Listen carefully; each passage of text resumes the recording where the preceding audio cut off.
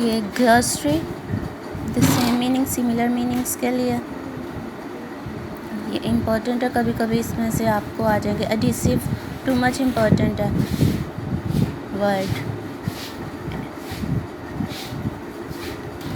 Ointment के spelling आ जाते हैं अक्सर।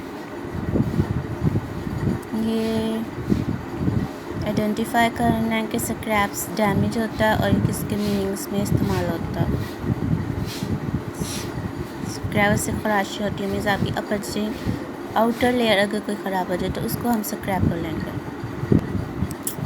बी वाला इम्पोर्टेंट है। उन्होंने कहा कि प्रीफिक्स डिस का वर्ड लगाना, और डिस का मतलब होता है नहीं के, उसके बगैर, विदाउट का मीनिंग होता है।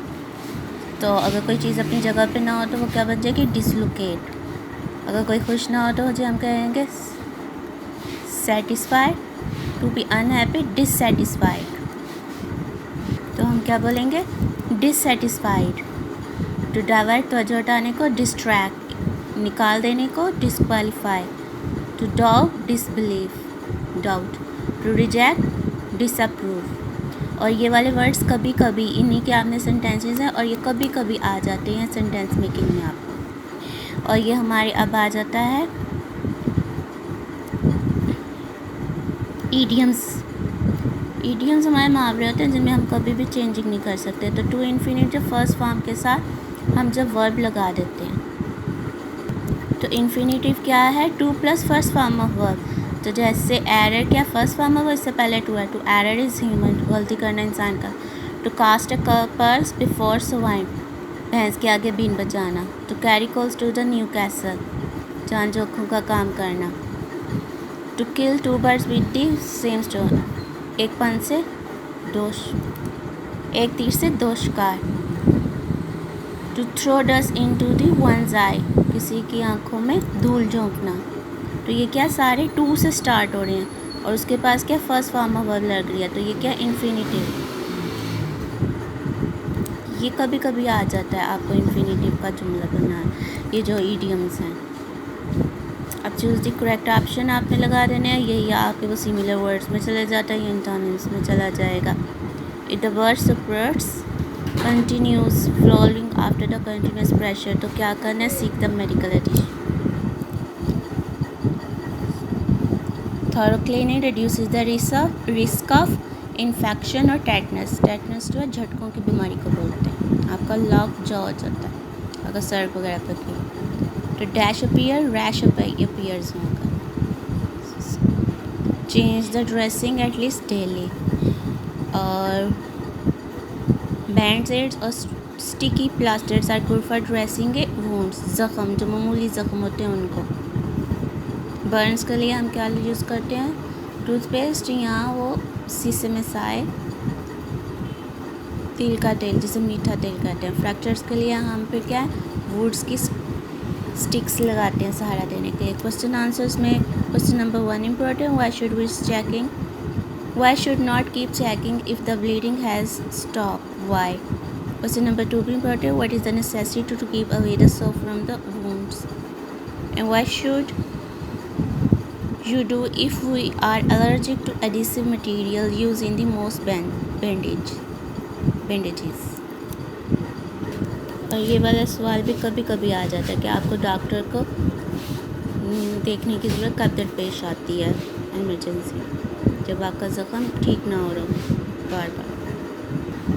एक ग्रामर पोर्शन में आ जाता है एडवर्ब। एडवर्ब हमेशा वर्ब्स के साथ आएंगे, ठीक है। प्लेस हो जाते हैं, मैनर्स हो जाते हैं, फ्रीक्वेंसी के हो जाएंगे, लेकिन की पोजीशन हमेशा जहाँ आप वर्ब देखोगे सब्जेक्ट के बाद वर्ब आ रहा है यहाँ पे वर्ब उसके बाद लगाएंगे। फिर आपका आ रहा है एडवर्ब फ्रेज। फ्रेज आपको ऑलरेडी पता है, जब एडवर्ब अब क्या कह रहा है, वर्ब के साथ ही आपका क्या है, एडवर्ब, एक और दो वर्ब्स और वर्ब्स मिलके उनके एडवर्ब्स मिलके एज ए एडवर्ब फ्रेज के तौर पे काम है। तो वर्क्स केयरफुली एट सनसेट, तो क्या जो विदाउट डिले का है, इमीडिएटली, विदाउट डाउट, अनडाउटेडली,